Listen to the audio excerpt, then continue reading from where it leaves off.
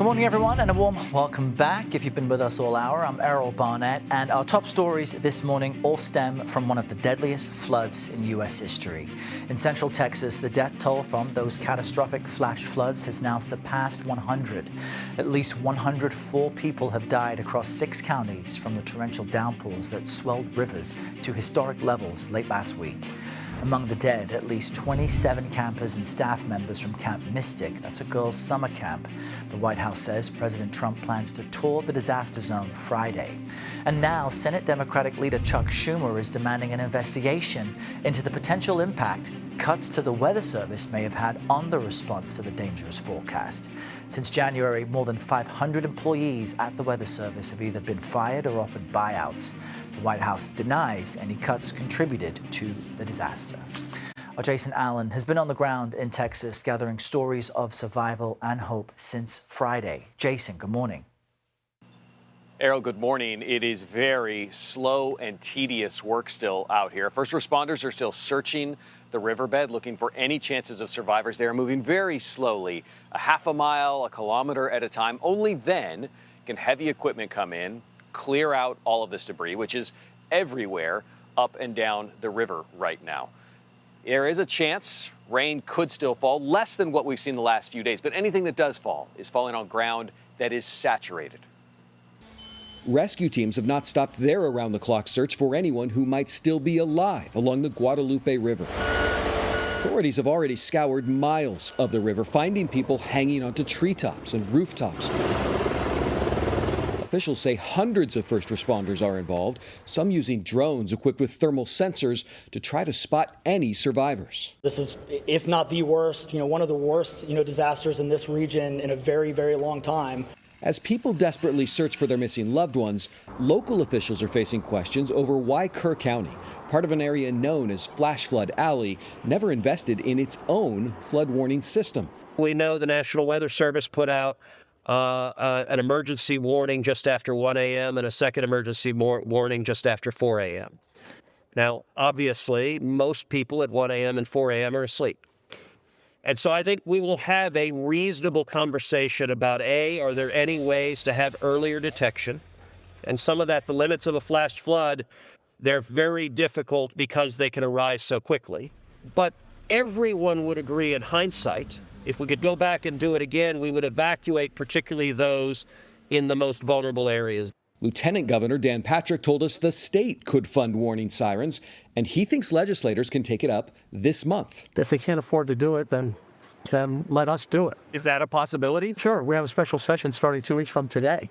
And I think we can take that up and do some other things of funding these sirens. Something, he says, could make a difference in the next flood. So had all those sirens going off, maybe that would spark people to say, we have a massive disaster like 5 minutes away.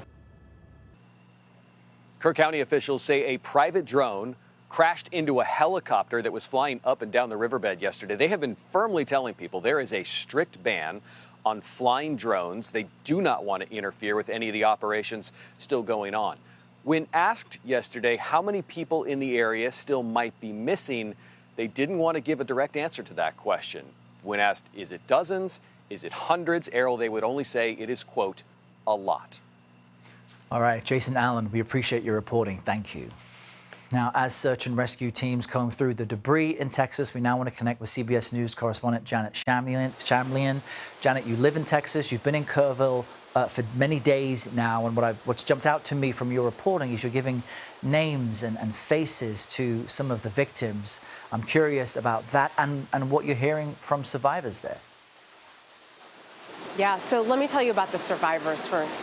The stories, Errol, are starting to come out, and they're harrowing about how people, survived because they were at a neighbor's house watching a Houston Astros game while their little cottage closer to the river floated away. Or the water was rising in someone's house, and they were able to get onto the roof and sort of hug the chimney, and that's how they survived.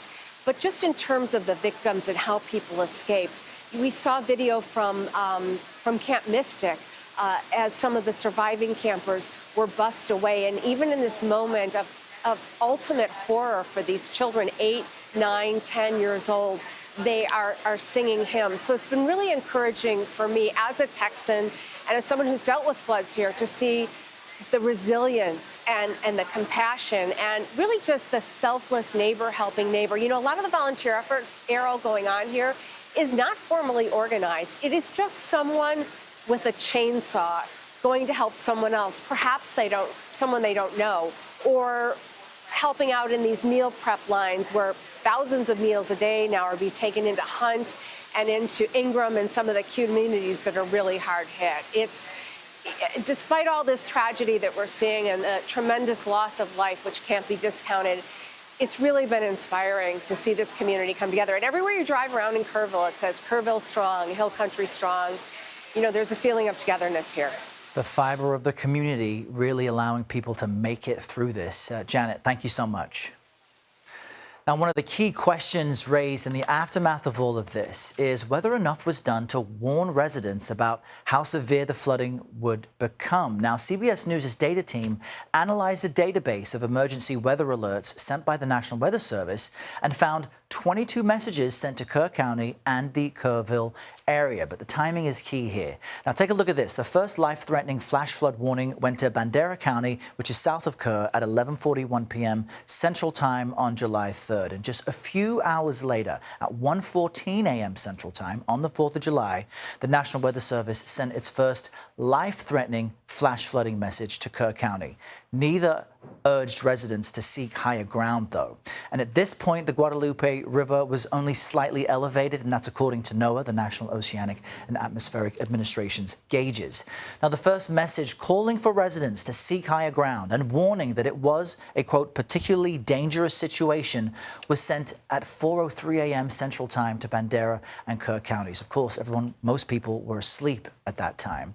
And at that moment, the National Weather Service issued a flash flood emergency, saying its radars and gauges were already reporting that flash flooding was occurring. At this stage, NOAA and its gauges measured the Guadalupe River at Hunt, rising to about 10 feet. And the National Weather Service warned in its alert of up to 8 inches of rain falling in the area over the next hour. So think about all of that happening at the same time. Between 5:34 a.m. and about 8 a.m. Central Time, 4 alerts were sent to residents in Kerr County by the National Weather Service, mentioning the need to seek higher ground. You see that right next to me. And during this time, the Guadalupe flooded rapidly. It reached a peak of about 36 feet at 6:10 a.m. Central Time. That's according to NOAA's gauges. Now, that's taller than the average 2-story home. So just let that sink in.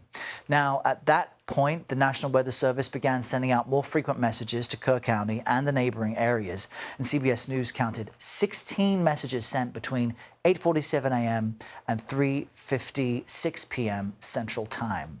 CBS News also investigated if any emergency text messages were sent by local government officials to the public, but did not find any evidence of messages being sent. The National Weather Service was the only government agency sending the public emergency alerts.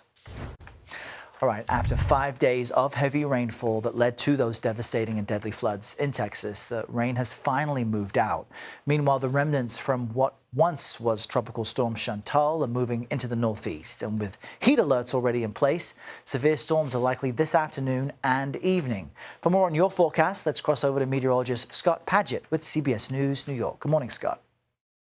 Hey there, meteorologist Scott Padgett. All right, looking at the remnants of Claudette continuing to travel its way off towards the north and northeast. Also looking at the frontal boundary continuing to slide its way closer towards parts of New England, northeast. And with that in mind, there is the potential of some storms through the day today. You can see that slight risk from Virginia stretching all the way up through Jersey, even including parts of New York City. That marginal risk all the way through parts of Massachusetts.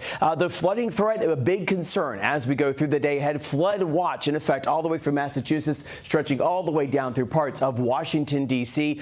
For the potential 1, 2, maybe some localized spots of 3 inches of rain. Looking at parts of central Texas drying out after even more rain yesterday. And look at this. The drought index, despite all of the flooding, rain, and the devastation, still extreme drought conditions continuing right in the hill country. So any rain, again, can get absorbed into the water, into the ground very fast, I should say. So that flooding threat continuing with the drought holding on through parts of central Texas. All right, Scott, thanks.